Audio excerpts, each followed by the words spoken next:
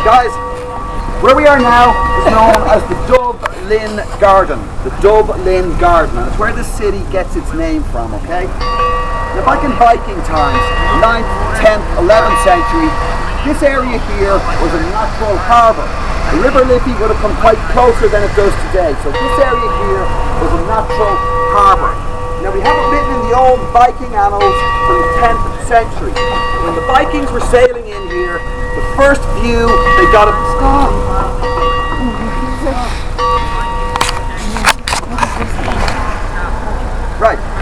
the first view the Vikings got of the whole area, the place shimmered like black ice. Due to the mud and the silt and the stagnant water that was here, the whole place looked black. And this is where the name comes from, Dublin. Dubh, D-U-B-H, means black. Linn, L-I-N-N, means pool, the black pool.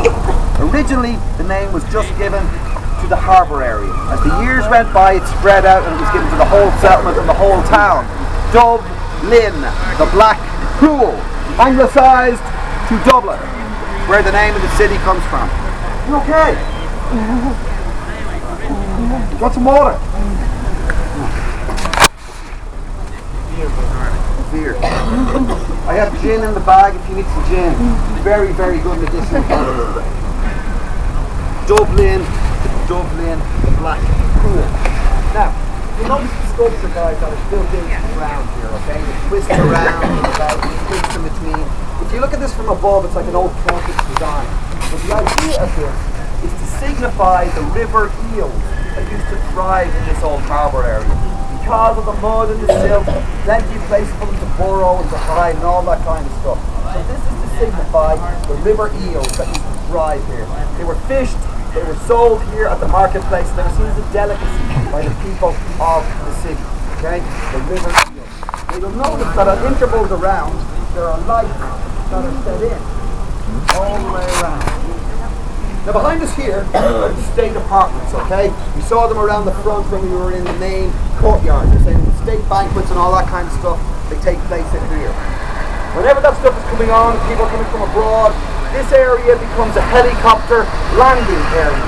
That's why the lights are set in all around, okay? Now if you come in here at night, it's misty and foggy and rainy and the lights are shining up and the helicopters are coming in, it looks amazing, right? It's like close encounters of the third kind. Really, really cool looking. So let's say there's an economic summit taking place behind us here. The IMF are flying in their helicopters. So in they will fly and they will land right down here, our good friends from the IMF who come to save the country. They will land here. The minions, the servants will run out from the state apartments. They will carry our friends from the IMF on litters, shoulder high like Roman emperors. They will be carried into the state apartments. They will be fed with the best food and the best wines money can buy. Their money, right? Hopefully they will leave a check so that we can pay the bills for the civil service for September.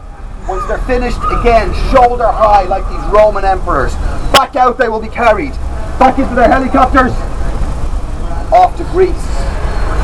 And then Spain, and then Portugal, and then Italy. To pick the last bits of flesh from the bones of their economies also. The vultures of the IMF, my friends. Sorry. I'm speaking at a Socialist Workers' Party meeting later on. I'm getting my things mixed up, okay? Sorry about that. Forgive the rant. So the helicopter landing area, that's the idea of the lights.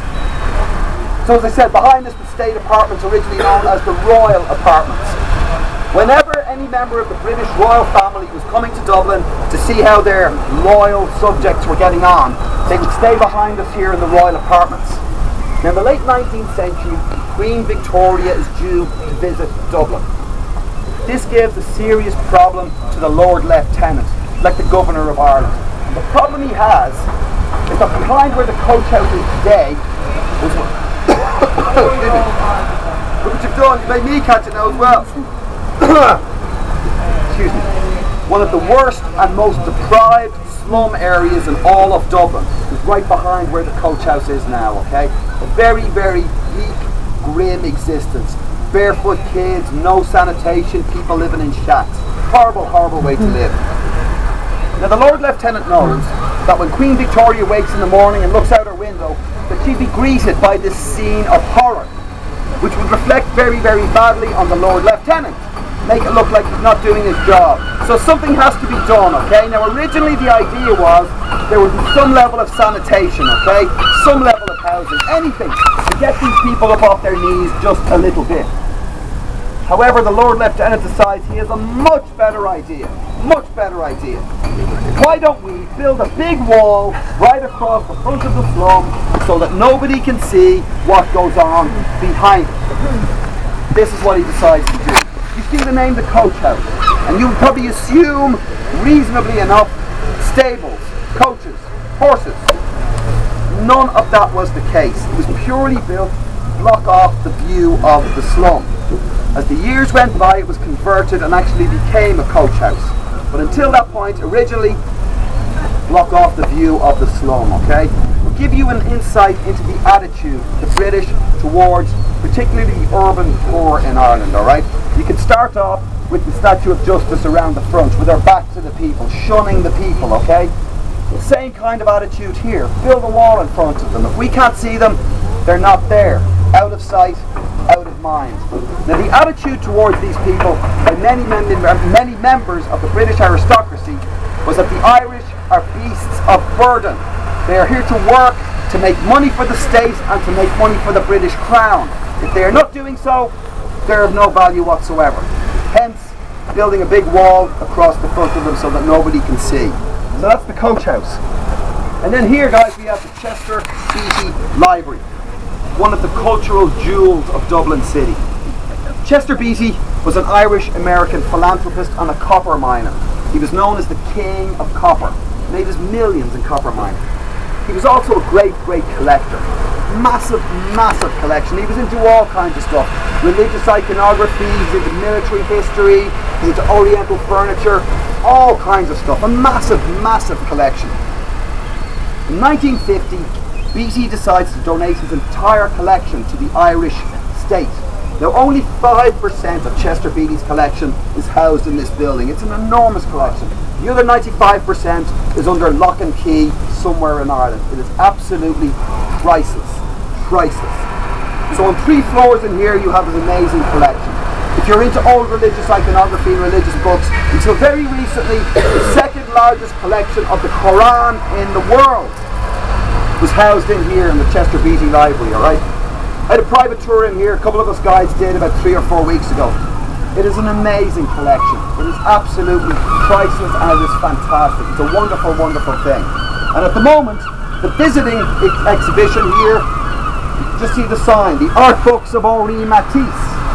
The first time these books and drawings have been exhibited anywhere in Europe, and it is right here in Dublin, okay? Pablo Picasso himself said, when all is said and done, there is only Matisse. Only Matisse, okay? This is a stunning exhibition, okay? If you're into any kind of art, go and check this out. You can just see thought processes going, developing through the drawings to the final work. It's a stunning, stunning collection, right? It is absolutely free, my friends.